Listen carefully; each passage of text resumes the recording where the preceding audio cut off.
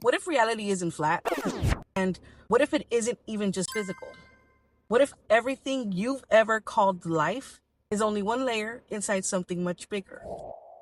Most people think dimensions are places, somewhere you travel to, somewhere out there. But what if that's never been true? What if dimensions are places, but ways of perceiving reality?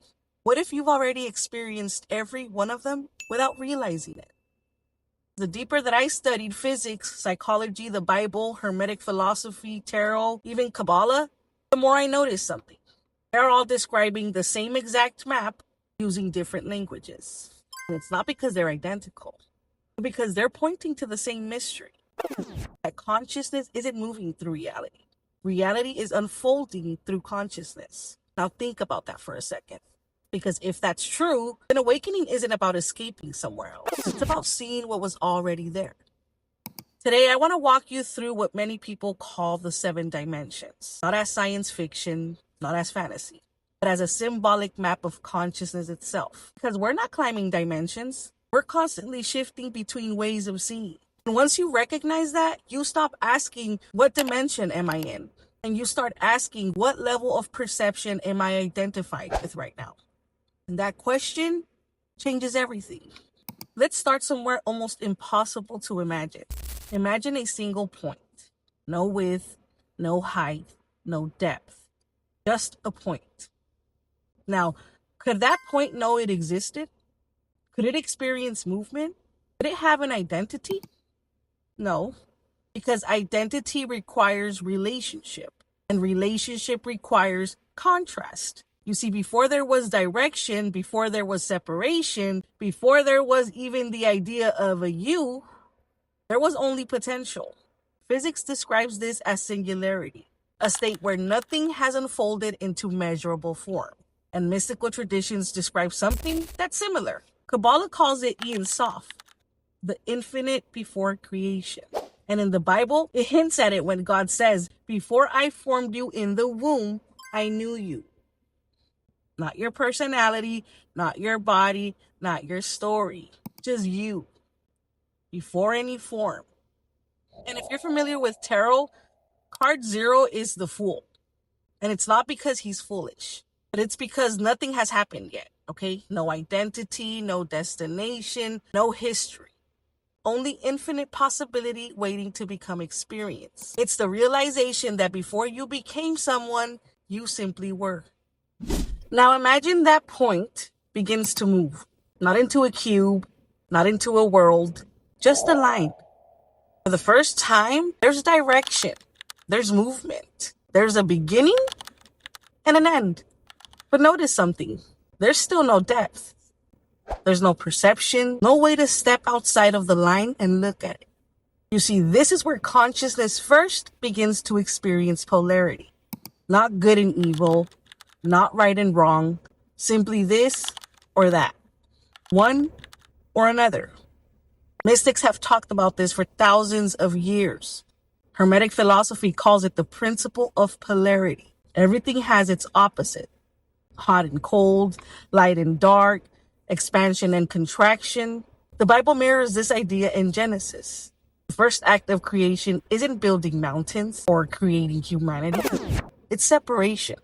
God separated the light from the darkness. Before anything can be experienced, distinction has to exist. Kabbalah describes this as the first movement away from pure unity. And in the tarot, it's expressed through the high priestess. If you look at the card, she sits between 2 pillars, not choosing one, but holding the tension between both. Because wisdom doesn't come from picking a side. It comes from understanding both.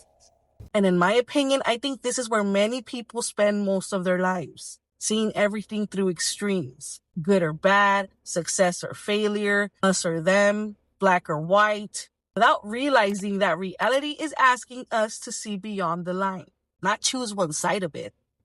Now, let's give that line depth. Suddenly, something extraordinary happens, because for the first time, space appears, volume appears, matter appears. Now there's something you can walk around, touch, measure, build. Welcome to the 3rd dimension. This is the world that we all recognize. This is the world where identity begins. This is my body, my family, my career, my possessions, my story. You see, here everything becomes personal. Physics describes this as three-dimensional space: length, width, height. This is the world of matter. But every ancient tradition seems to agree that this isn't the end of reality. It's simply the layer that we interact with the most. Kabbalah calls this Malkut, the kingdom, the densest expression of existence. Spirit becoming matter. The Bible captures this idea with one sentence. And the word became flesh. It says consciousness taking form.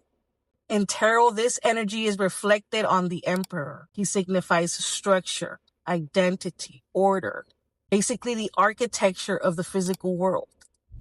Now, psychology sees it similar. Okay, this is where the ego develops. Not ego as arrogance, ego as the experience of becoming someone. A name, a history, a personality, a separate self. And here's the fascinating part. Most people believe this is all they are. A body, a biography, a collection of memories. But every mystical tradition says the same thing. The body is real, but it isn't the whole story. The personality is real, but it isn't the observer behind the personality. Because sooner or later, almost everyone begins asking the same question. If I'm aware of my thoughts, who is the one aware? And that question is what begins opening the fourth dimension. Have you ever noticed that life has a strange way of repeating itself? Different people, same lesson. Different relationship, same wound. Different job, same frustration. It's almost as if reality keeps presenting the same exam until something inside of you changes. I don't think that's coincidence. That's nature. And this is where the fourth dimension becomes incredibly interesting. Because if the third dimension is the world of matter, the fourth dimension is the world of time, memory, emotion, and the subconscious. Not somewhere out there, right here, inside you. Psychology has been studying this for decades. And like I mentioned in the last video, Carl Jung believed that until something unconscious becomes conscious, it continues directing your life, and you'll call it faith. Think about that. How many people believe they're unlucky when in reality, they're repeating the same unconscious pattern? The Bible hints at this too. Think about Joseph. Think about Daniel. God doesn't speak to them through facts. He speaks through dreams, symbols, images, metaphors. The language of the subconscious. Tarot reflects this beautifully through the moon. The moon isn't about evil. It's about illusion. These are the things hiding beneath conscious awareness. The fears, the projections, the memories, the emotional loops that quietly shape your reality without your permission. And if you've ever experienced deja vu or synchronicities or the feeling that life keeps repeating, well, maybe you're brushing against this layer of perception. Not because reality is broken, because something within you is asking to be seen. Now, what happens when you become aware of those patterns? Everything changes because awareness introduces choice, and choice opens possibility. This is what I think the fifth dimension represents: potential. Every decision, every thought, every action contains more than one possible future. Physics gives us fascinating models that hint toward probability. Psychology shows us that changing belief changes behavior. Behavior changes outcome. Ancient wisdom has always said something similar. As within, so without. Not because thought magically creates reality overnight, but because perception changes action, and action changes trajectory. Trajectory changes life. This is why people can experience the same circumstance and create completely different futures. One remains trapped in the story. The other rewrites it. Tarot symbolizes this through the Wheel of Fortune. You see, most people think the wheel represents luck. I don't. I think it represents cycles, patterns, turning points. The moment consciousness begins participating instead of merely reacting. Manifestation isn't about forcing the universe. It's about becoming aligned with the version of yourself that would naturally create a different outcome. Because every future begins as a different identity. And identity always comes before destiny. Have you noticed the dimensions are becoming less physical and more internal? We started with a point, then a line, then matter. Now we're talking about consciousness itself. Because I don't believe reality becomes more complicated. I think it becomes more intimate. Eventually you stop asking, why is this happening? And you begin asking, what pattern am I looking at? This is where the sixth dimension begins. The dimension of archetypes, of symbols, of reoccurring intelligence. Carl Jung believed humanity shares something called the collective unconscious, a reservoir full of universal patterns. The hero, the mother, the shadow, the fool, the sage. Different cultures, different religions, different names. Same architect. The Bible tells the same stories over and over again.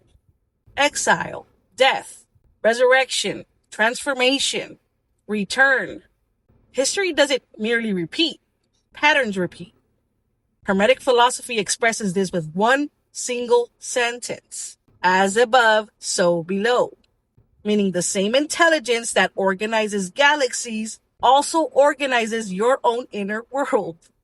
Sacred geometry hints at this. Fractals hint at this. Nature hints at this. Reality seems to repeat itself at every scale. Tarot isn't simply predicting events. It's showing archetypal stages of consciousness. The Tower, death, the Star, the Hermit. Every human being eventually lives these cards. Not literally, psychologically, spiritually, existentially. Wisdom isn't collecting information. Wisdom is recognizing the pattern. Then there's the seventh dimension. Language begins breaking down here. Because how do you describe what exists before separation? Some traditions call it source. Others call it God, the absolute, the one, the monad, Ein Sof. Different names, different languages, yet they all point towards something beyond identity, beyond time, beyond division. Jesus says, I and the Father are one. Paul writes, in him we live and move and have our being.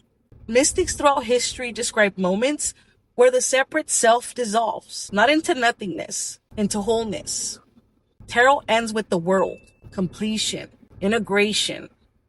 Not because you've escaped reality, because you've recognized your place within it.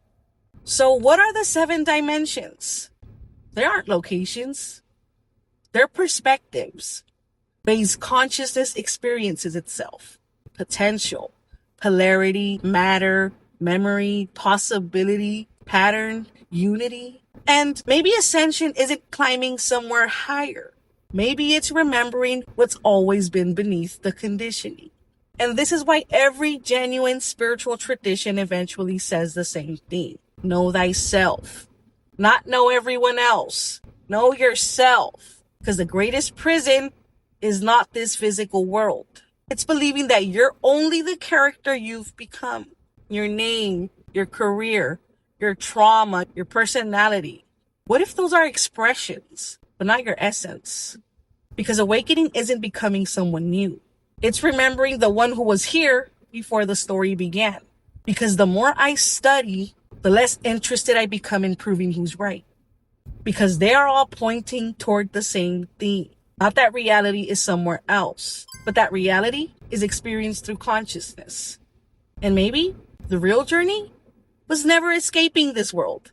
It was learning how to see it. So stop asking yourself, what dimension am I in? Ask yourself, what level of perception am I living from? Because the moment perception changes, your entire reality changes with it.